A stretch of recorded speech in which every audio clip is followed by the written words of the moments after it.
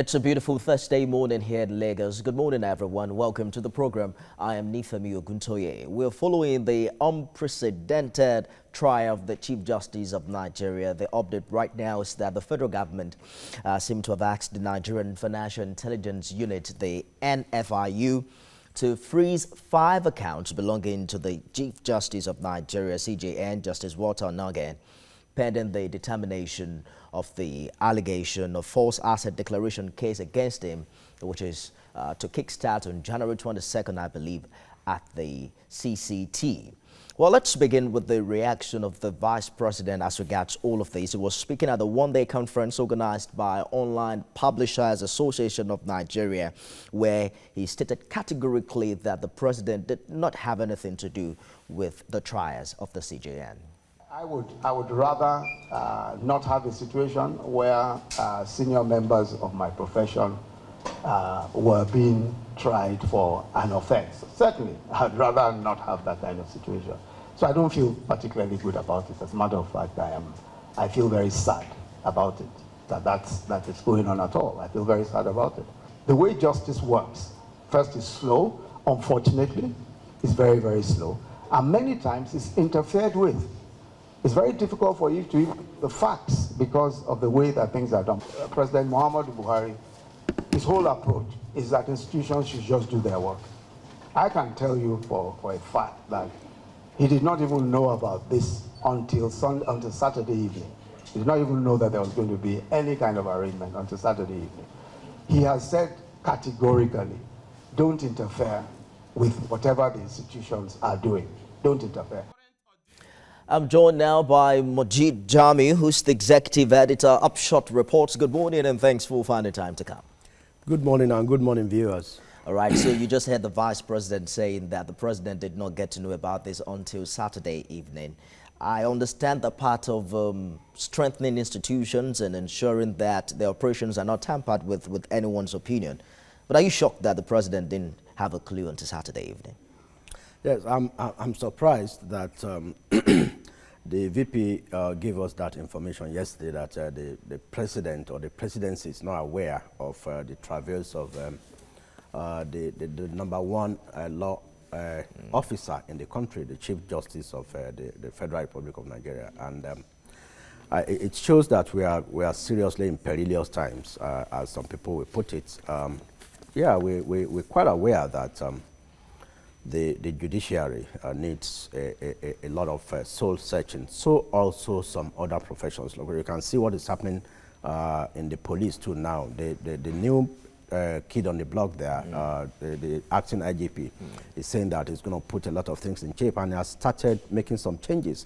He made a reversal on the appointment of a new the new CP in Lagos. The CP in Lagos. So the same thing with the judiciary. I think the judiciary needs a soul searching. If the number one, if the CJN is being put to trial, then it goes to show that there's a lot that needs to be done in that sector of the country. There's a lot to talk about on this issue. Let's just begin very quickly with the latest development of having this 5 accounts frozen rather. Some 6 months ago, the President signed the Executive Order 6, which seeks to restrain owners of assets under investigation from carrying out further transaction on those assets. Perhaps the explanation for this is to stop owners of using that asset in obstructing justice. There are many who have called this an infringement on human rights. What are your thoughts about it? Well, the President didn't just sign that executive order. He must have taken into consideration issues like this. I mean, we have a lot of free funds moving around in the banking industry, and this act takes care of such instances. Presidency sources actually told us last week that 35 billion naira was left in an account. Nobody came to claim it. So the order Cs, the executive order Cs, has taken care of that. 35 billion naira in several accounts. The CBN and the banking sector publicized these accounts for the owners to come forward. I mean, I don't think spirits operate accounts, But what happened was there are fleeced funds that's, stolen by government officials, civil servants, and what have you, that they cannot actually, you have to prove the source of your funding. If you operate an account, occasionally the EFCC, through the NFIU now, has access to all the accounts, and banks are mandated to flag accounts where some funny transactions are taking place. So that's why there are limits to the amount you can withdraw in your savings account, in your personal account, and there are limits to how much that can even go to your domiciliary account. For domiciliary account, for example, you can't do more than 10,000. But some banks will come and tell you you can split the tellers. I mean, if you have more than $10,000. $10,000, right? Yes, if you have more than $10,000. So if you are depositing $100,000, for example, they will even advise you to split it, which means in a day, that's what put the Senate president in trouble, where in a particular day, about 80 transactions were split, and they paid into a particular account. How fundamental, really, is the issue of false asset declaration? Because there are people who would tell you that almost every politician can be indicted on this basis, especially at the time where the CDN appears to have, there were reports that he seemed to have acknowledged that there were some disparities in what he has filled in the CCB form, and alluding it to loss of memories and all of that. But let us also consider what we have seen played out at the Code of Conduct Tribunal in time past. You remember the case with the Senate president. How effective has that tribunal been in really prosecuting these cases? And that of Orubebe. That's right. Orubebe too. So now I think I need to let Nigerians know, because I've passed through the Code of Conduct Bureau before as a public servant. If you are a civil servant from the level of director up and above till you become a permanent secretary. As a director, you fill the Code of Conduct Bureau form. As a permanent secretary, you do that. Then for all political appointees, I was once a political appointee. I served in the first term of Dr. Kade Fahimi between 2010 and 2014. And while when I was appointed as a special advisor media in 2010, I filled a Code of Conduct Bureau form. You must, all your properties, all your accounts, details about you, even the one you own jointly with your wife, you must disclose. Because even there was no issue of BVN then. So now, when you are leaving office, I left office in 2014, I also filled the same form. They say out of office declaration. So to see how much money you have made while in office. That is it. So now what they want to do is to find out if I've been able to use government office to acquire assets. To acquire more assets. So, and they will not look at what is permissible within the range of the salary that you earn. That I earn. So between 2010 and 2014, I filled the form twice. So now, if peradventure I forgot to include some accounts, because they will run some checks on all the forms you fill, all the information you put there. And these days, if you have 20 accounts and you give them just one account, your BVN is on all the other accounts. So it will bring out everything. So the CJN has admitted that he actually forgot to fill, because what the law says is 3 months after, you must have filled that form, not later than 3 months after you assumed a new office. He was a justice of the Supreme Court before he was appointed. As the CJN. The CJN. And it's expected that 3 months after, you ought to have filled that form. But in 2016, he claimed to have forgotten. I mean, that's what we are hearing. And the loss of memory, unfortunately, is not admissible in this particular case with the CCT. You see, even those of us who do not go to law school, I mean, the first thing a policeman will tell you, most policemen are not law officers. Some of them in the investigation department, they will tell you that ignorance of the law is not an excuse.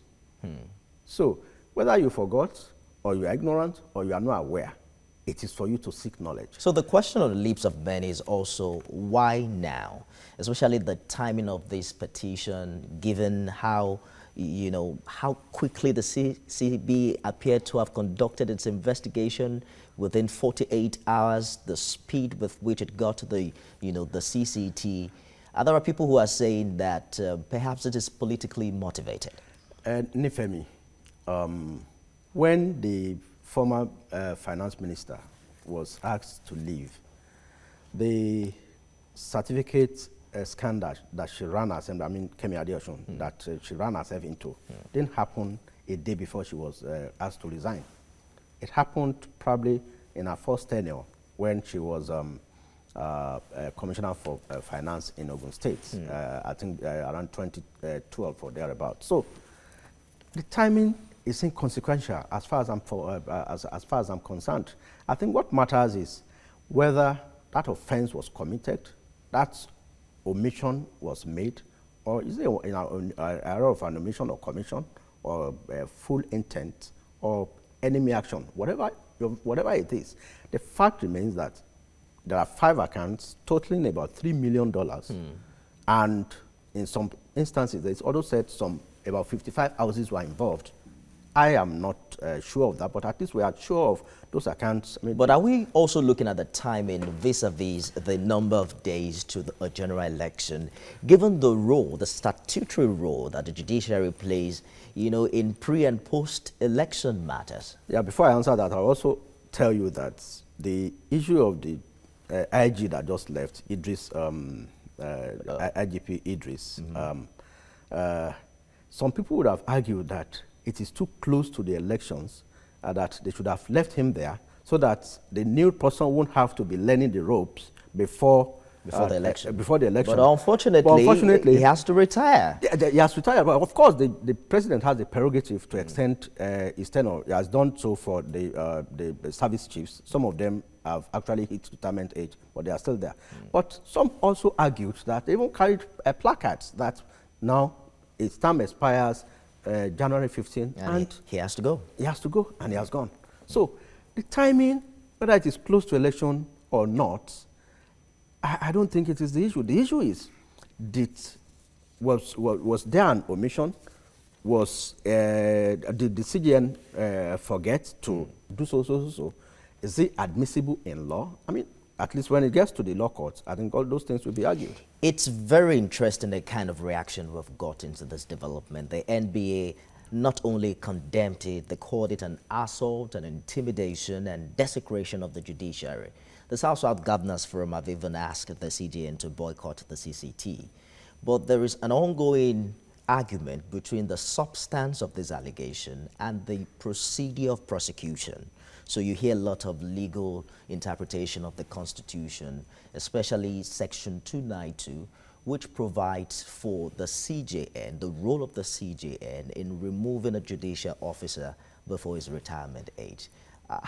Which is more important here, so to speak? Is it the weight of the allegation or the way and manner with which the federal government seem to be going about it? Some have argued that the CJN ought to have been taken to the NJC first before taking him to CCT. That's right. It's neither here nor there. I'm not a lawyer, but then we follow a lot of issues there. But also recall that the CJN is the chairperson of the NJC, the Nigeria Judicial Commission. So whether it is appropriate, but then as a #1 law officer, and also we have an instance where the president of the bar of the NBA is also standing trial. So that's, you know, I started by saying that we need a serious soul session in the judiciary in the country. So the timing, we are looking at the timing now and the role of the institutions, whether the CCT has the wherewithal to try this case, the CJN. But the case has been adjourned till 22nd of January, which is, I think, next week. So let's take this call very quickly from Irewole, Ogun State. Good morning, Joshua. Good morning, Nathan. Thank you this morning. I greet your guest. I think we should come to a point where the nation in what we want as a people. Corruption of any kind is killing us, or has even killed us. We need to fight it. I respect the fact that the president or the presidency says they don't have a hand in this. So it's not a trivial, whatever. If we strengthen our institutions, they'll be able to function. If we go by narratives of timing, propriety, and all that, maybe we should go into our laws and say some people are above the law. We should come to a time where if you are a thief, you are a thief. It's not that my thief is better than your thief. If there's an investigation and there is some form of indictment, it should be properly investigated and due process should be followed. So whether it is politically motivated or heavily motivated, the matter is, let's talk to the substance. If there's an offense, then the offense should be investigated and due process should be followed. That's all right. Whoever is involved. I think you made your point clearly, Joshua. Thank you very much for your contribution. It's also important to also analyze the implication of all of this development. There are some who would say that there are insinuations that the CJN's trial as the head of the judiciary will negatively impact on the Nigerian judiciary itself. The fact that if you try the head, you are probably saying that the whole arm of government is corrupt, and it's an indictment on, it's not fair on judicial officials who are not corrupt. So was it fair on the banking industry when Sanusi, Lamido Sanusi, now the present Emir of Kano, was tried as the number one banker in Nigeria, as CBN governor? He was suspended, and he never came back to that position. So was it fair on the banking industry then?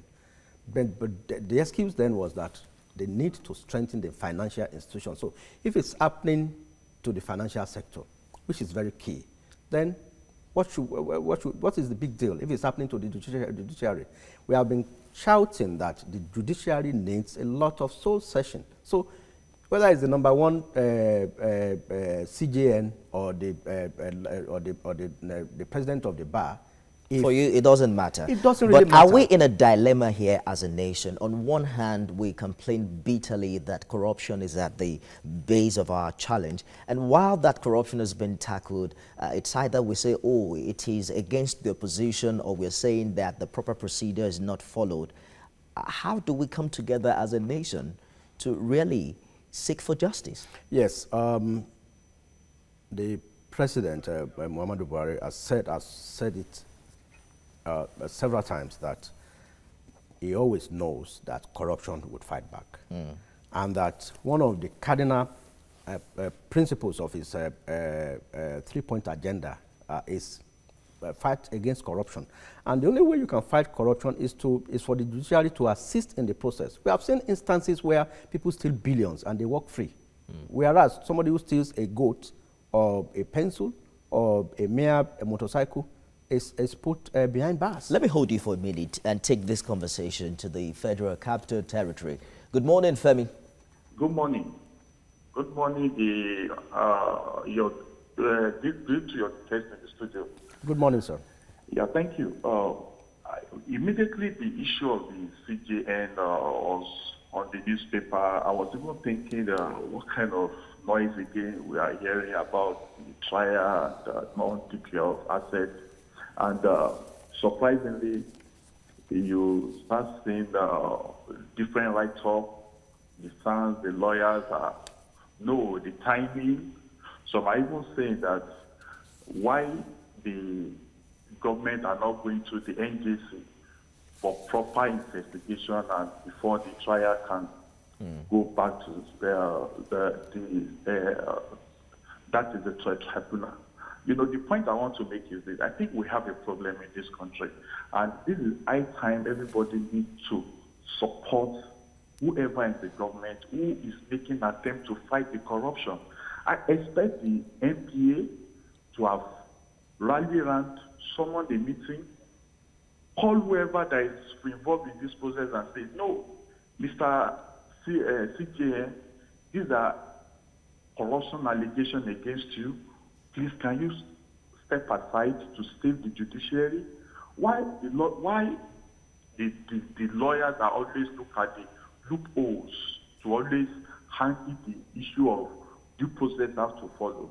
If I to the ordinary man on the street, are we going to have this kind of conversation? I think you made your point very clearly. Thank you very much for your contribution. That's not likely going to happen.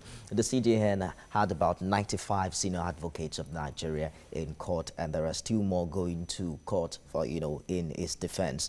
But it's interesting to note the position, or precisely what the Vice President said yesterday, that in the case of the Code of Conduct Bureau, the chairman of the CBB, the CCB right now, where things reported to, is completely new. It's barely 3 weeks in that office, not up to a month at the bureau. As we speak right now, the CCT will have to contend with the orders of a federal high court and the National Industrial Court, both in Abuja, which has restrained it from going ahead with that particular case. Of course, there are some who are saying that that order may not be binding on the tribunal because they all are courts of coordinate jurisdiction. So there is an issue of corruption, allegation of corruption, but on the other hand, it's the issue of the procedure to tackle or to prosecute, an alleged offense.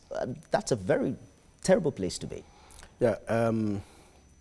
Like I said earlier, Nigeria is such a complex country. I won't say we are a foreign country, but then such a complex state. I go back to the case of Kemi Adeosun, the former finance minister, where, she admitted that there was an error. Somebody did the NYSC's discharge certificate on her behalf, and she discovered it to be fake, and she resigned. And Kemi Adeosun has been adjudged as one of the best finance ministers we've had in this country. She was doing a good job, fantastic job.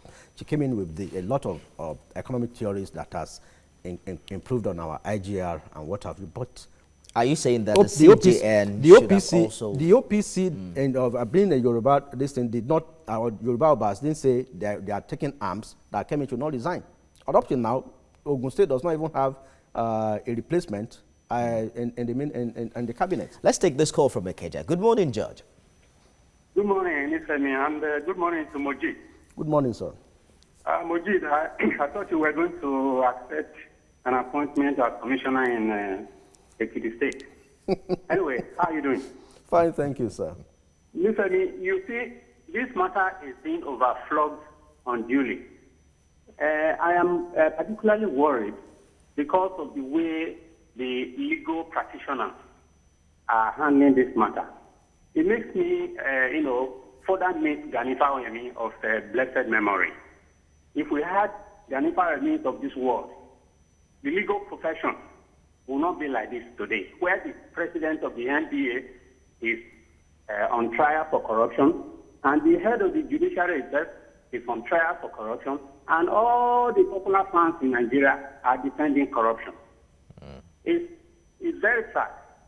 How do you leave the substance and start chasing shadows? Why now? In other crimes, you can commit a crime, and for 20 years, the investigation will be going on before you come for trial. It doesn't matter when the trial comes on. The CJN himself did not even deny committing the offense, but it is others who are helping him to deny it. Why try him at all? He said he didn't say he didn't have those accounts. He only said that he did not remember to declare them. To declare them in the form. It's all right. To declare them on the form. So what's the hula baloo? If I were the CJN, I will honorably resign. That's all right. I will ask the government.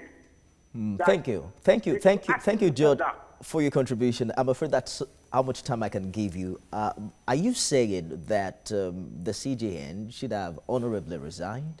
Do you agree with Judge's position? We have had, I keep referring to this Kemi matter. Kemi could have said, no, I will stay until I'm fired, but she resigned. So what stops the CJN from resigning? Ignorance of the law is not an excuse in a court of law. And you are coming to tell us that you forgot 5 or 6 accounts totaling about $3 million. and somebody is telling us that is the #1 law judicial officer. I think, like all the other callers have said, we leave the substance in this country and take shadows, and we reduce everything to either ethnic or religious basis. Now, I expect that all the Yoruba Obas, everybody would rise in support of Kemi then, but they didn't. And also now, protest. The Niger Delta Avengers, they are threatening to bust pipelines. The South governors are saying people should not go to court because we have to wrap this up now, but how optimistic are you that the CCT will be able to finalize these proceedings in good time? Well, this is Nigeria. Anything can happen. I don't want to believe we're in a quote-unquote Charlie Boy show, but then, you see, anything can just happen. I mean, we had the case of Saraki. He's been discharged and acquitted through this. He had issues with the CCT with compelling evidence. But then, I think the timing has nothing to do with the issue at stake. It's all right. We have to leave it there now. Executive Editor, Upshot Reports, Majid Jamiu. Thank you very much for sharing your thoughts with us on the program. Thank you. We'll take a break and return with more interesting analysis. I'll be joined by a senatorial hopeful in Lagos, and we'll be talking about his dreams and how he intends to achieve them. Stay with us.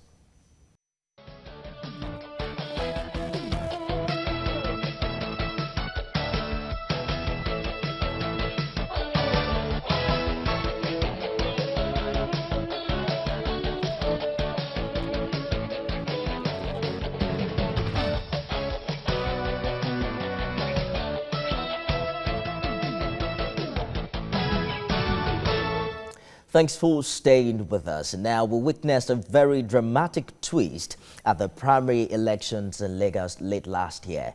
The incumbent governor, for the first time in 16 years thereabout, did not get a return ticket from his party, the APC. But that did not only happen to the incumbent governor. The incumbent senator represented the Lagos East Senatorial District also did not get a return ticket, unlike the other two senatorial districts in Lagos. Now, there are about 14 political parties who have fielded candidates for that particular election. I'm joined by one of them. He's the senatorial candidate of the African Action Congress in Lagos East Senatorial District, Francis Olanrewaju Shonubi. Good morning and thank you for joining us. Good morning.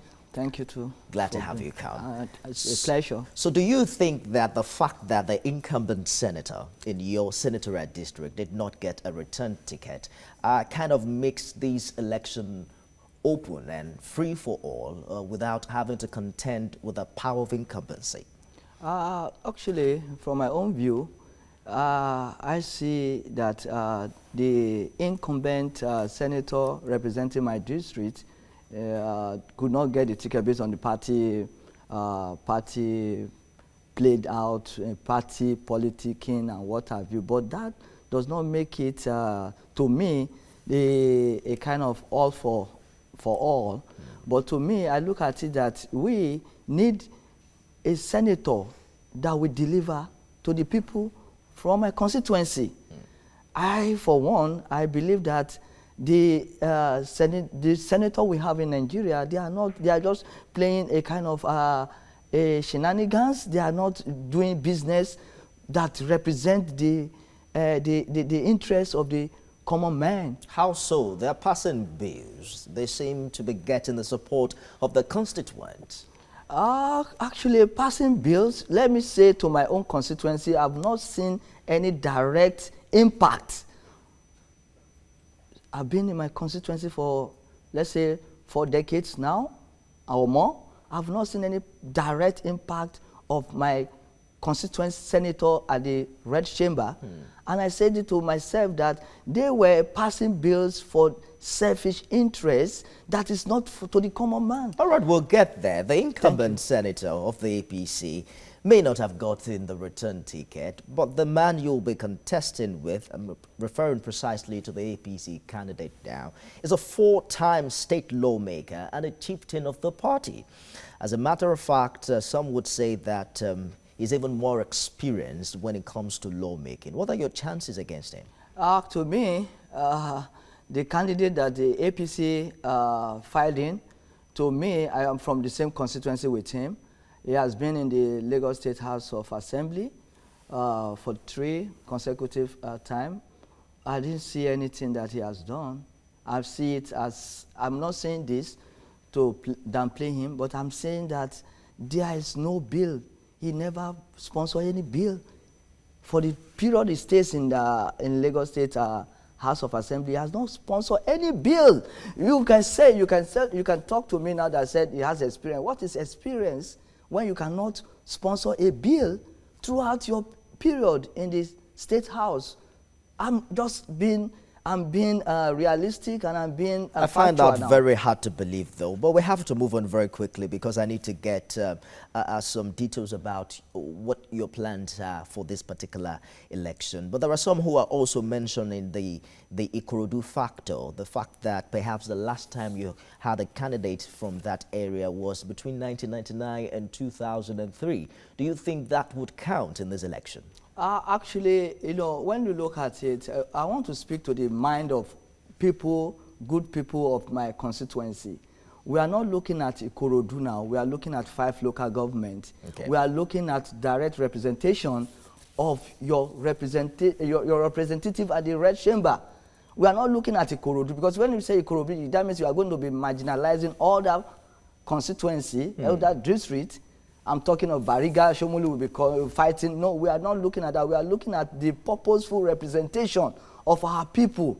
So let's look, don't let us talk about Ikorodu factor now. Let's look at the people in that constituency. Have they been having the impact? Yes, I'm from Ikorodu. I'm a son of the soil of Ikorodu division, but I'm representing Lagos East. It's good that you're not looking at the Ikorodu factor, because the PDP is also fielding a princess who is from Ikorodu. Thank you for that. She might even stand a better chance than you, being, you know, daughter of a king. You know, I want us to look at this now. I don't want us to look at who that particular candidate is.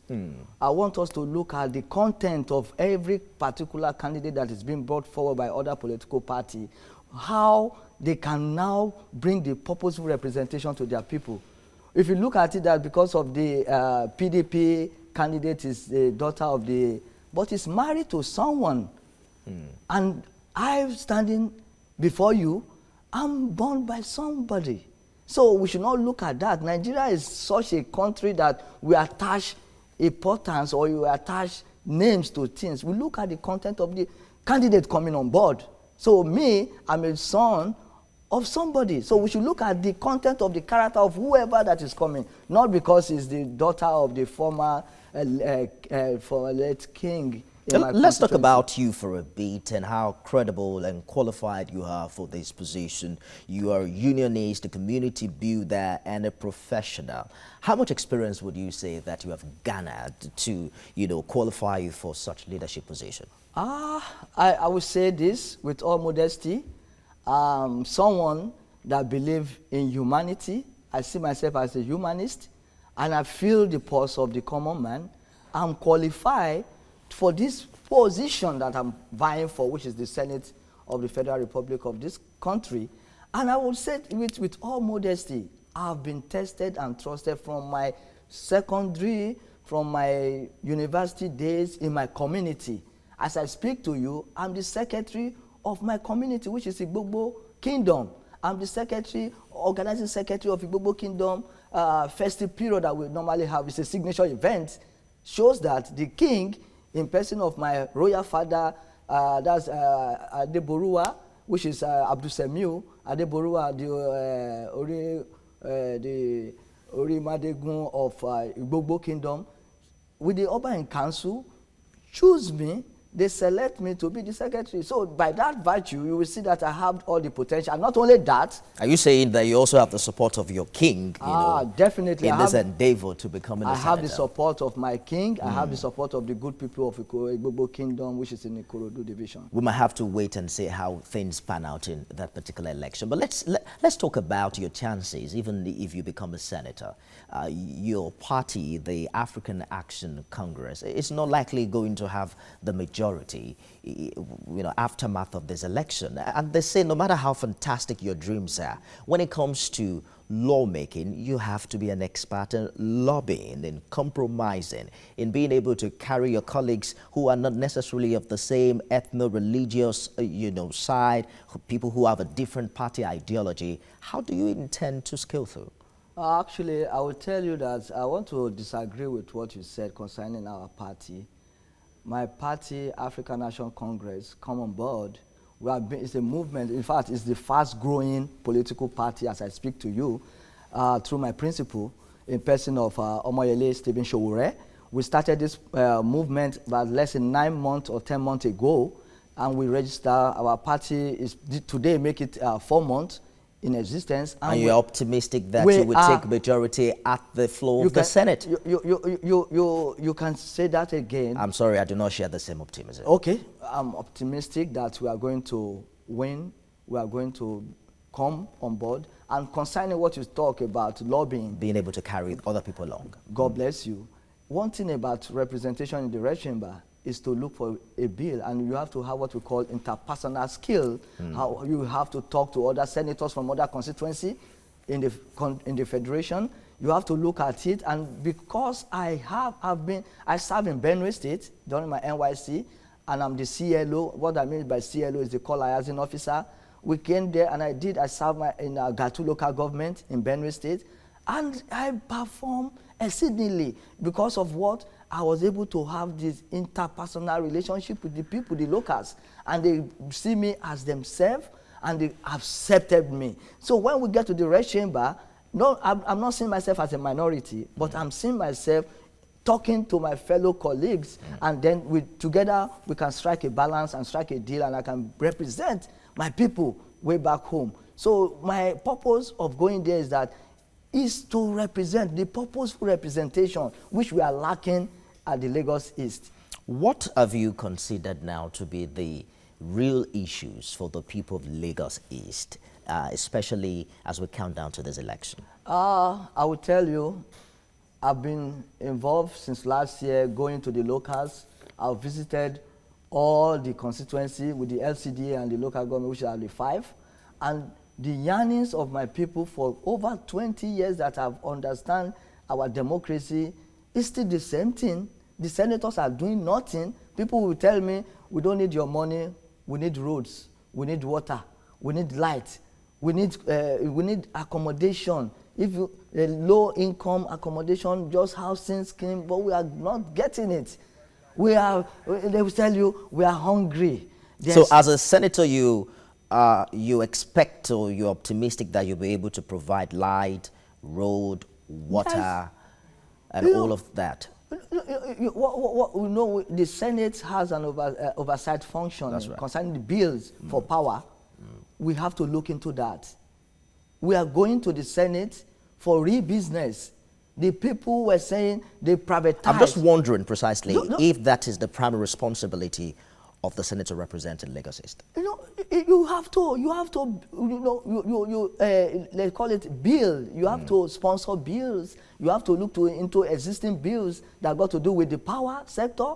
What is happening in the power sector is full of corruption. The people are not getting the light. As I speak to you now, I can tell you, let me say, I don't want I just want to be modest in my calculation. Majority of people down way back in the Lagos East now will be off light. Let's try to break this down. So we Mr. Shonubi, what kind of bill precisely would you lobby to pass, for instance, that will make the people of Lagos East Senatorial District get cost and power supply? Actually, what I would do is to look at the existing bill together with my fellow colleagues in this red chamber, see how we can look at reviewing that bill, the power sector bill, because everywhere in the country, not only in Lagos East, there's no power, there's no light, and that give them, there's no economic growth is down. So I'm going to look at it. We are going to do a kind of overview of the bill that is existing concerning the power sector. Then at the end of the day, we will come for an amendment that will have a direct impact on my people in the Lagos. Let's talk about your strategy to make this a reality. Currently, your senatorial district is a stronghold to the ruling party.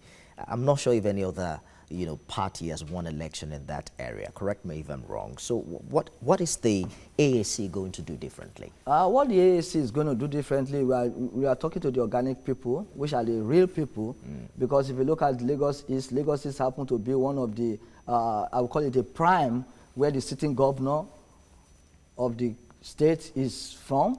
And I will say to you, with all modesty, I met with people, the real organic people in the community, in the district, and they were saying that they needed a real change. And seeing us, the African Action Congress, they are seeing us as the real alternative to what we are having, because they have been ruled. They come, they give them empty promises, and they didn't see anything at the end of the day, but they have been yearning for alternative. And we are providing the alternative, because we are going there, roll our sleeve, and to do real business. Recently, INEC alleged that politicians like you have been buying off PVCs from their constituents and the electorate. Has anything of that nature been happening in your area? In my area, I've not, but I can say that from my team, my team in some, I'm talking about Ikorodu North, there's a feedback that I got seeing people going to a local government in the Ikorodu North with their PVC, and they said they were registering at the local council, and I was like, what is going on? They said yes. They said they should come and register with their PVC, and your guess can be as good as mine, that what the INEC are saying is real. Because of what? Did you personally monitor that? Is that something? I got a call. Okay. I got a call. From someone? No, from the, I'm talking about the Ikorodu North now. Okay. I got a call from Isiwu. That's where I got a call that people are going with their PVC into the local government, the LCDA. They are dropping their information at that point. And I was like, wow, because I was at the Nigerian Bar Association 2 days back when we are discussing about the INEC were giving us their information, why the political elite don't want to accept the car radar they are proposing. Let me hold you for a bit to take this call from Dr. Mill. Good morning, Yakub. Yeah, good morning, sir. Good morning to you. And then good morning, Mr. Shonidi. Good morning, Mr. Yakub. Yeah, thank you. Yeah, I love your courage, sir. Thank you. Let me just say this. You made mention that the present government in Lagos State, they came and then they promised and then there was no anything. Sir, with due respect, I call to disagree. Before, here in Dopemu, I don't know about Ikorodu, but I believe it happened here in Ikorodu as well. There is some inner road here in the street, inner road in Dopemu here that you will never thought that would be tied. Today, as I'm talking to you, a lot of street has been tied in this Dopemu.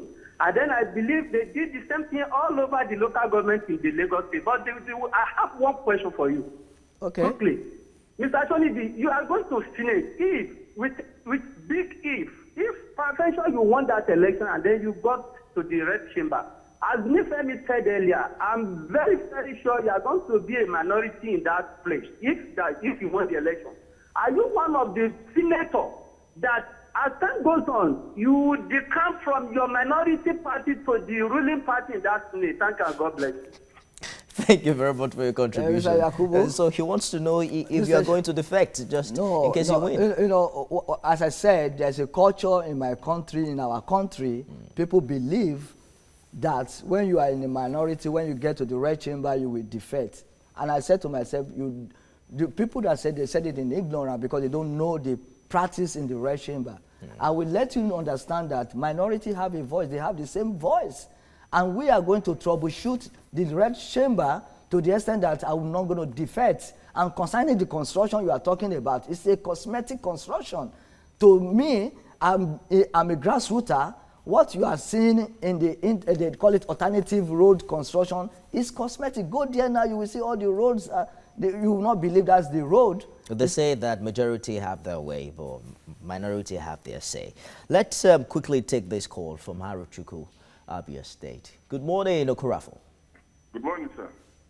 Good morning to you. My own question, sir, at this Haruchuku, I don't know what they're going to do about it. I didn't get that. They said they don't know what they're going to do at Aroshuku. There's nothing happening in Aroshuku. Okay, we're not talking about Arochukwu this morning, but we're actually talking about the Lagos East Senatorial District.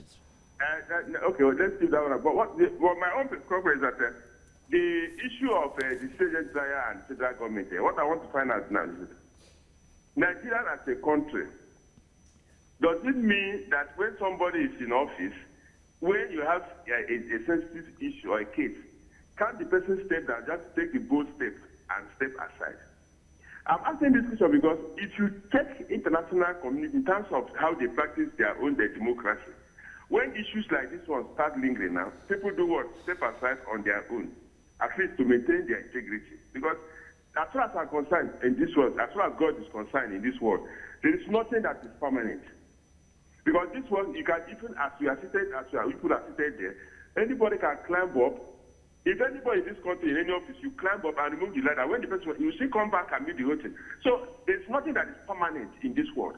So Nigerians, the way people react when there is an issue, I agree that the federal government must have almost, I don't know. But the thing is this, I would have loved the government at least to subpedal this issue, because the way we are moving now, there are a lot of situations. People are saying all type of stories that does not tally with our democracy. We have it's all right, Okorofo, thank you very much for your contribution. We talked about that earlier. We need to really move forward now. Is it your first time? Is it the first time you're contesting? This is my first time of contesting for Senate. Okay. You have contested for other positions before? No. Okay. No. Let's talk about the funding. How really have you been getting finance, for your campaign? Actually, thank you for the question. As I said, African Action Congress is an alternative party and is the hope for the common man. Our funding is basically organic from people. This is the first political party that Nigerians are contributing, sponsoring, contributing, donating to our campaign. And this is my first time.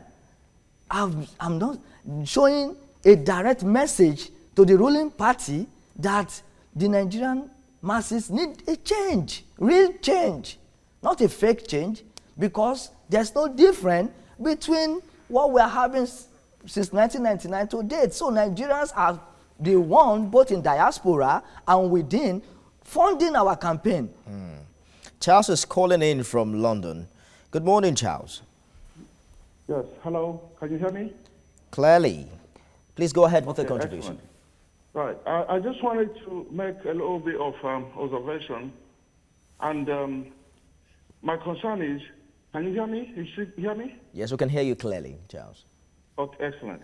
My concern is, there are a certain group of people who always call into the discussions, somebody like Yakub, somebody like George, and a few others who are consistent callers. And they appear to me like moles who are apologists to anything associated with APC. It's good that you're calling in right now, Charles, so I expect to just have your position as well. Then you can... That's right. It's good that you were even able to call in, so you know that it's a free opportunity for everyone to add their opinion to the program. So go ahead with your opinion now, Charles. Okay, that is right. What I'm trying to highlight is it is important, yes, I'm going to make my opinion very clear, but it is important that moles are not being planted to continue to uphold one particular view every time. Let it be a liberal and objective discussion where people can uphold, a very balanced discussion. Charles, I think that it's a little bit insulting if you call them moles, because the fact that you could call into the program this morning further confirms the fact that the line is open to everyone. So I just expected that you make your opinion known as well. And I don't expect anyone to call you a mole. All right. The reason I said this, I listen to this program every day. That's right. I watch it every day. And we appreciate that. A set of people call every time, consistently, and they hold one view every time. It doesn't matter what is on the table. Charles, you can also call in every day. You can also call in every day to make your opinion known. Yes, I can call in every day, and I also respect that you as well should take a very balanced view when you moderate the matters.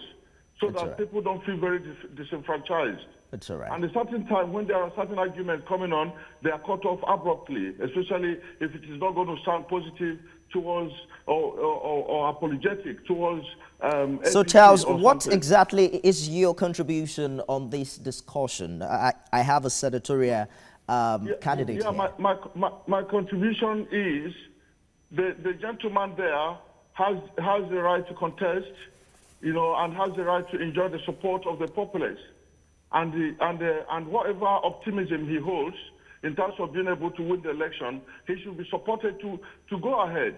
And certain points you have objected and say you disagree with him, even when he holds optimistic view that he's going to be successful. He is going to be successful, and that is his view.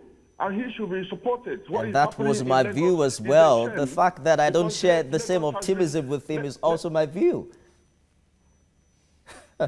Charles, thank you very much for your contribution. Perhaps you will travel back home so that you can be more engaged in the politics here in the country. It's interesting how robust the conversation is. Sure. But it's also very important to note that the fact that Charles could call in meant that the phone line is open to everyone. So everyone is free to call in and make their opinions known. Let us talk about what you expect to play out in the next couple of days. There's been a lot of position, especially from the opposition, talking about how free and fair, our electoral process seemed to have been in the past. INEC recently released its guideline for this particular election. Do you have any opposition to the provision of that guideline? No, I never. It's okay. But what I'm saying and what my party stand for, they should respect and they should allow INEC to be independent and carry out their constitutional duty. Because if you look at the body language, the way the political elites are going about it, it's like it's making the polity tensed. And whatever the INEC said, the guideline, before the guideline comes out, they are already opposing it. I don't know whether you get it. They are already opposing the political, maybe let me say, the incumbent political class are opposing it. Why are they opposing card reader?